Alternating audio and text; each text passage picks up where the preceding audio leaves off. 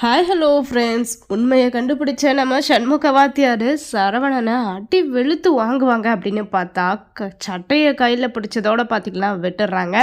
இப்போது நம்ம அண்ணமும் பார்த்திங்கன்னா பொறுமையோடு தான் வந்து பேசிக்கிட்டு இருக்காங்க.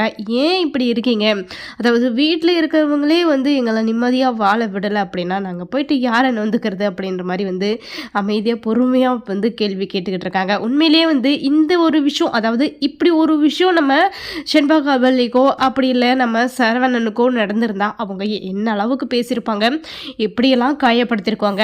இதுதான் நம்ம அண்ணன் அப்படின்றது. நம்ம அண்ணத்துடைய மனசை பார்த்திங்கன்னா யாருமே வந்து இந்த வீட்டில் புரிஞ்சுக்கிறதுக்கே கிடையாது. அதே போல் நம்ம கார்த்தியும் பார்த்திங்கன்னா பொறுமையோடு சொல்லிட்டாங்க, எங்களுக்கான வாழ்க்கையை நாங்கள் வந்து வாழ்ந்துட்டு போகிறோம், எங்களுடைய வாழ்க்கையை கெடுக்கிறதுனால உனக்கு என்னடா லாபம், உனக்கு என்னடா அதில் சந்தோஷம் அப்படின்ற மாதிரி நம்ம சரவணனை பார்த்து கேள்வி கேட்குறேங்க. இனிமேலாவது நம்ம சரவணன் திருந்துவாங்களா அப்படின்னு கேட்டால் கண்டிப்பாக வந்து திருந்தவும் போகிறதில்ல, நம்ம அண்ணத்தை நிம்மதியாக வாழவும் விட போகிறதில்ல. இதுக்கப்புறம் வந்து வேறு ஏதாச்சும் ஒரு பிளானை போட்டு எதுவுமே வந்து அவங்களுக்கு வந்து ப்ரூஃப் கிடைக்காத மாதிரி வந்து ஏதாச்சும் ஒன்று செய்யலாம் அப்படின்ற மாதிரி தான் வந்து நம்ம சரவணன் பார்த்திங்கன்னா மேலும் மேலும் வந்து முயற்சி பண்ண போகிறாங்க. என்ன முயற்சி பண்ணாலும் அந்த நம்ம செண்பகவல்லிக்கும் சரி சரவணனுக்கும் சரி துணையாக இருக்கிறது நம்ம ரம்யா அப்படின்ற விஷயம் நம்ம அண்ணத்துக்கு நல்லாவே புரிஞ்சிடுச்சு. இதுலேயும் வந்து ரம்யாவுடைய வேலைத்தனம் கண்டிப்பாக இருக்கும் அப்படின்ற விஷயமும் வந்து நம்ம அண்ணத்துக்கு புரிஞ்சிடுச்சு, தெரிஞ்சிடுச்சு.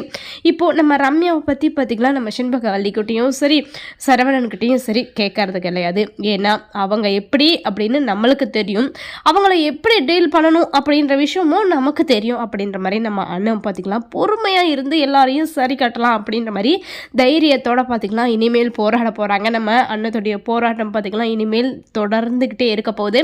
அடுத்தது என்ன நடக்கும் அப்படின்னு நம்ம பொறுத்து இருந்து பார்க்கலாம். இந்த மாதிரி இன்ட்ரெஸ்டிங்கான வீடியோ கேட்க நம்ம சேனலை சப்ஸ்கிரைப் பண்ணிக்கோங்க.